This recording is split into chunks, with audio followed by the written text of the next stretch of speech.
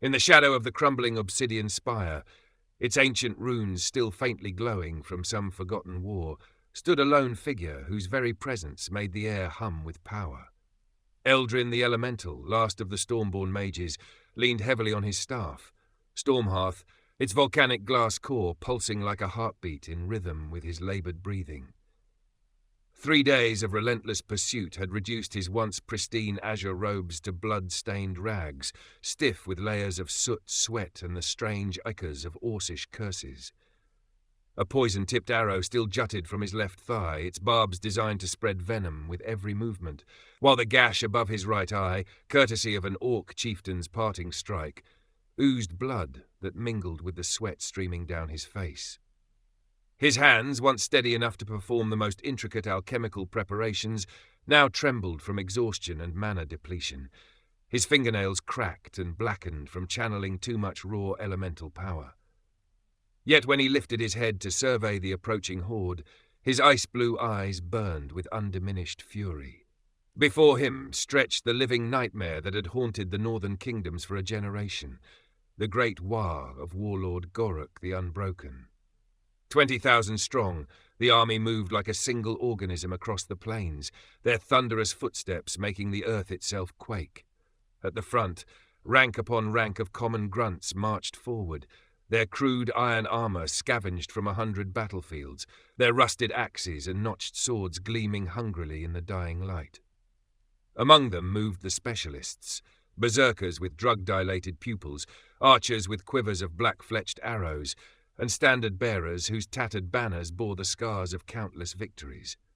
Further back, the elite forces took their positions, shamans cloaked in stitched human skin, their staffs crowned with still-dripping trophies, siege crews assembling monstrous catapults designed to hurl not stones but cages filled with ravenous war beasts, and towering above them all, the high Orc champions whose very names could send entire villages fleeing. Garzok the Ironhide, whose skin had turned back dragonfire, Verkus the Howler, whose voice could shatter castle gates, Skalgara the Twin-Axe, who moved faster than thought itself, and Mordak the Undying, who had walked away from wounds that would have slain a dozen lesser warriors. And at the heart of this living storm, mounted atop his dire boar blood tusk, sat Ghorruk himself, a mountain of muscle and scar tissue, his twin axes, Dawnbreaker and Duskrend, crackling with stolen storm magic, his armour forged from the bones of 12 slain wizards, each rib etched with anti-magic runes that pulsed like dying stars. Eldrin's lips curled into a bloody grin as he planted Stormhearth firmly into the cracked earth. The staff's volcanic glass core flared to life, its intricate network of silver veins glowing first blue, then red, then ochre as it cycled through the elemental attunements. He could feel the land itself responding to his presence, the fire deep beneath the plains, the wind howling through the ruins, the very stones beneath his feet whispering their readiness. It would have to be enough. Drawing in a shuddering breath that tasted of smoke and copper, the wizard began his death march forward, each step leaving faintly glowing footprints in the soil as he prepared spells he hadn't cast in decades. The first wave of Orcs, sensing easy prey, broke into a screaming charge, their crude weapons raised high. Eldrin waited until he could see their yellowed tusks, smell the rotting meat caught between them, and count every pockmark and scar on their greenish hides. Then he moved. Inferno Wall. The words tore from his throat like living things as Stormhearth's tip traced a flaming arc through the air.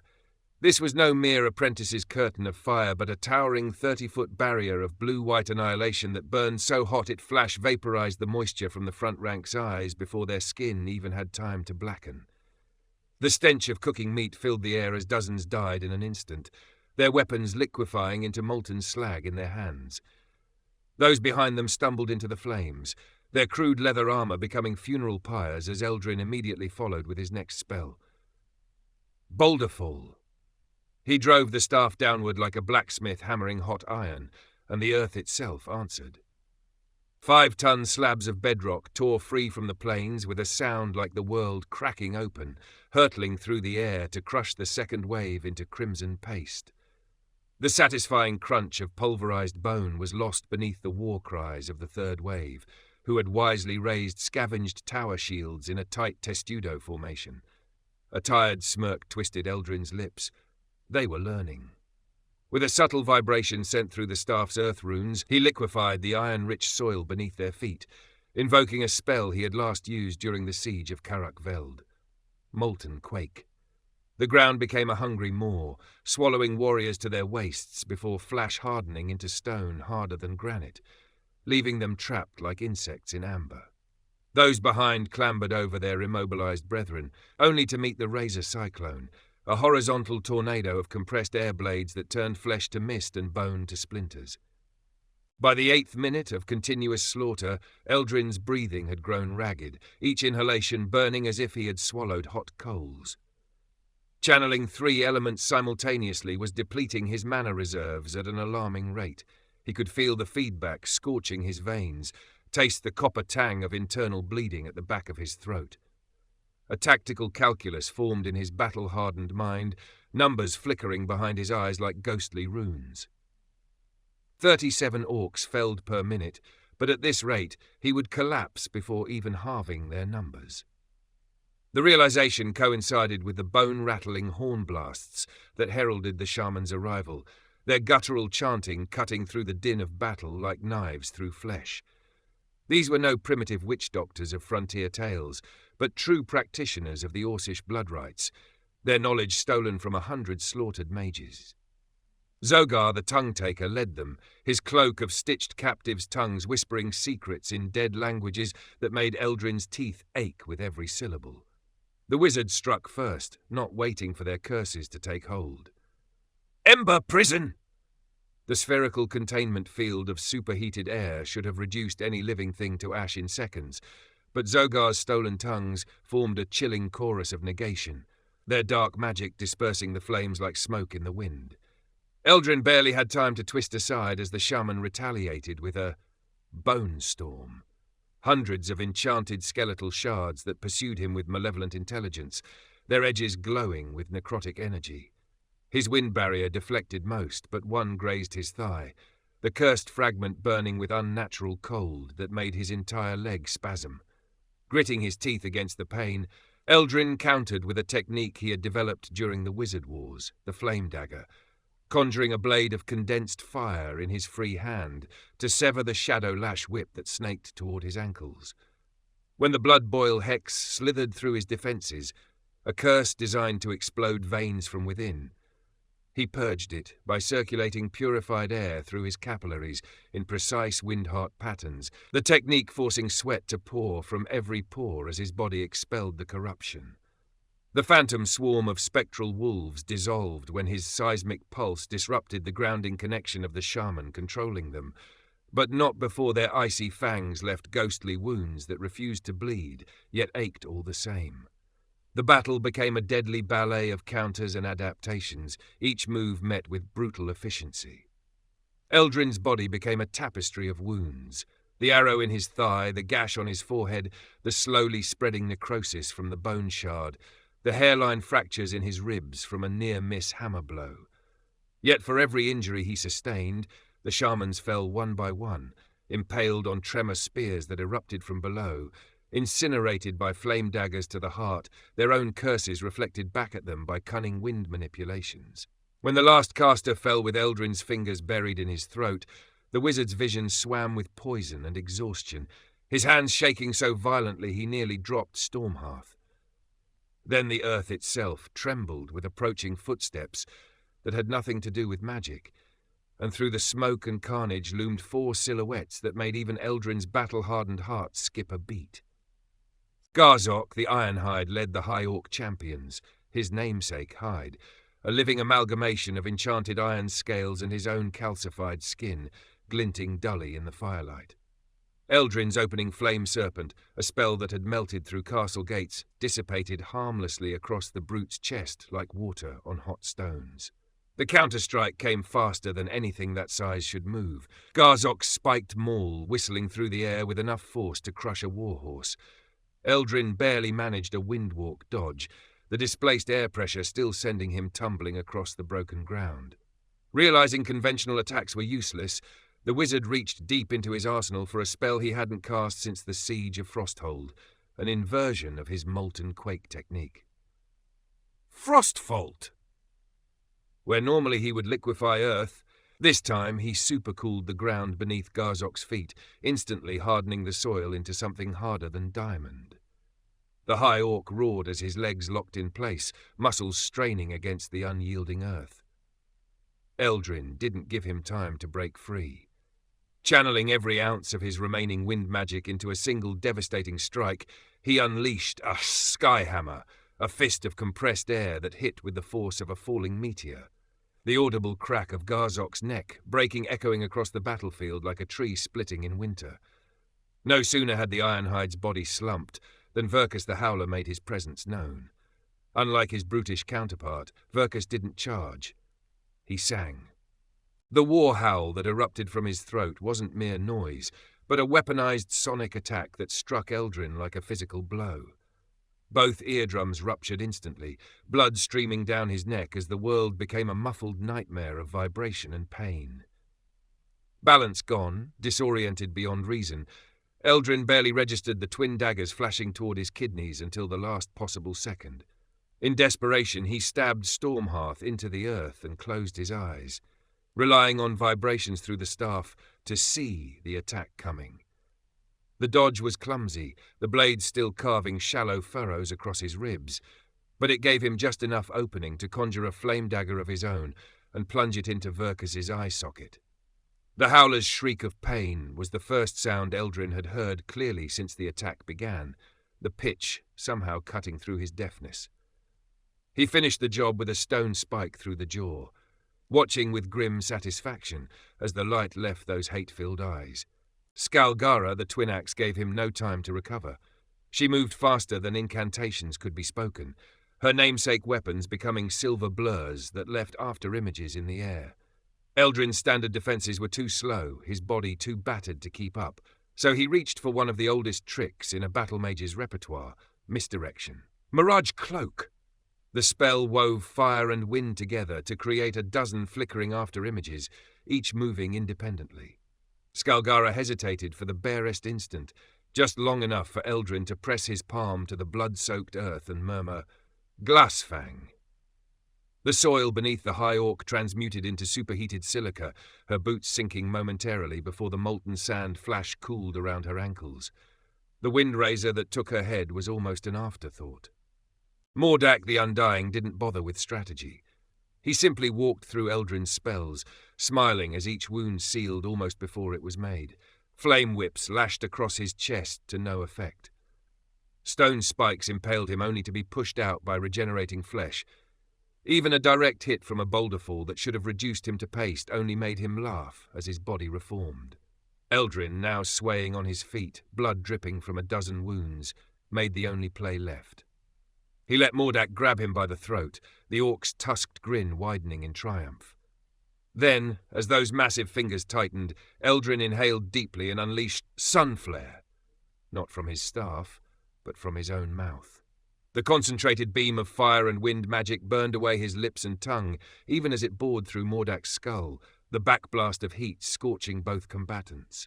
When the smoke cleared, Eldrin collapsed to his knees, his face a ruined mask of burns, while Mordak's headless body took 3 stumbling steps before finally, impossibly, falling. The silence that followed was more terrible than any battle cry. Through his single remaining eye, the other sealed shut by congealed blood, Eldrin watched as the sea of orcs parted, their ranks bowing like grass before the wind as Warlord Ghorruk the Unbroken strode forward. The Orc Lord dismounted from Bloodtusk with deliberate slowness, his twin axes Dawnbreaker and Duskrend crackling with stolen lightning. Up close, the bone armor was even more horrifying, each plate clearly carved from a different wizard's skeleton, the anti-magic runes etched into them still glowing faintly with their victim's stolen power. When Ghorruk spoke, his voice was like boulders grinding together, the words somehow cutting through Eldrin's deafness. You fight well, Softskin. Die knowing you were the best. The first exchange was brutally one-sided. Eldrin's Stone Guillotine, a spell that had bisected war trolls, shattered harmlessly against Ghorruk's enchanted pauldron. The counterstrike sent the wizard flying, 3 ribs cracking on impact with a fallen monolith. The Orc Lord didn't rush, didn't gloat. He simply advanced with the inevitability of winter, each footfall making the earth tremble. Eldrin's Scorchwind technique, a combination attack that had melted entire battalions, failed spectacularly when Ghorruk's Frost Giant heritage activated. The Warlord's answering Winter's Howl breath attack flash froze Eldrin's left arm solid, the sudden cold so intense it stopped his heart for 3 terrifying beats before his magic jump started it again.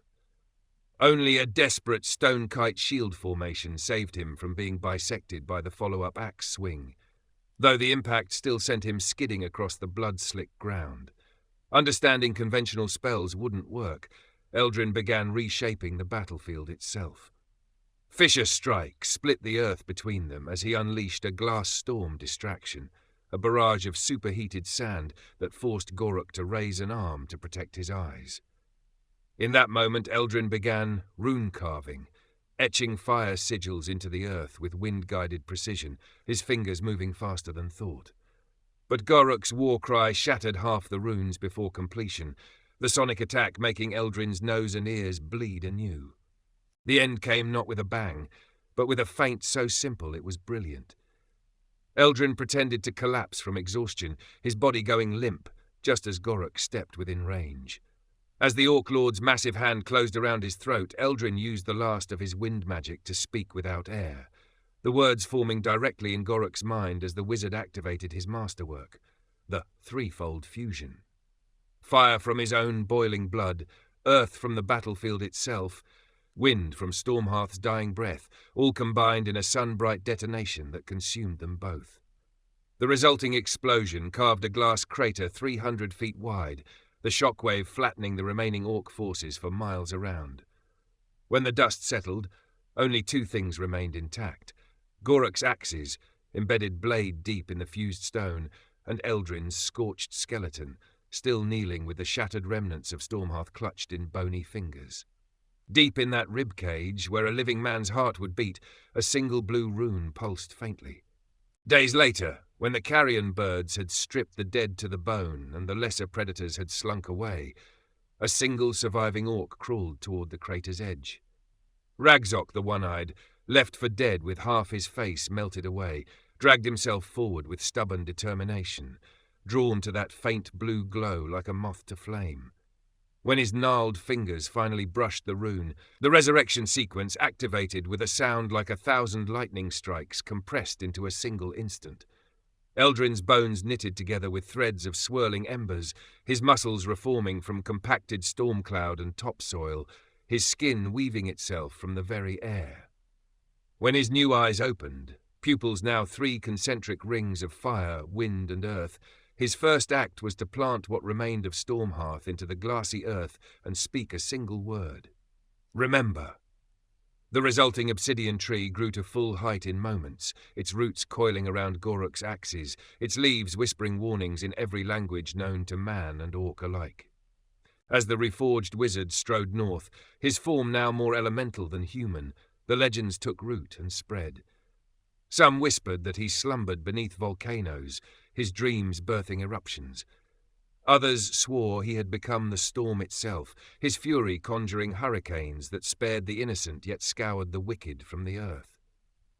The orcs told their children it was merely the wind sighing through the obsidian tree's branches. But when thunder growled in the distance, even the boldest chieftains checked their wards twice. For the last elemental had transcended mortality, becoming something beyond mere flesh, a force of the land itself, its wrath-given form.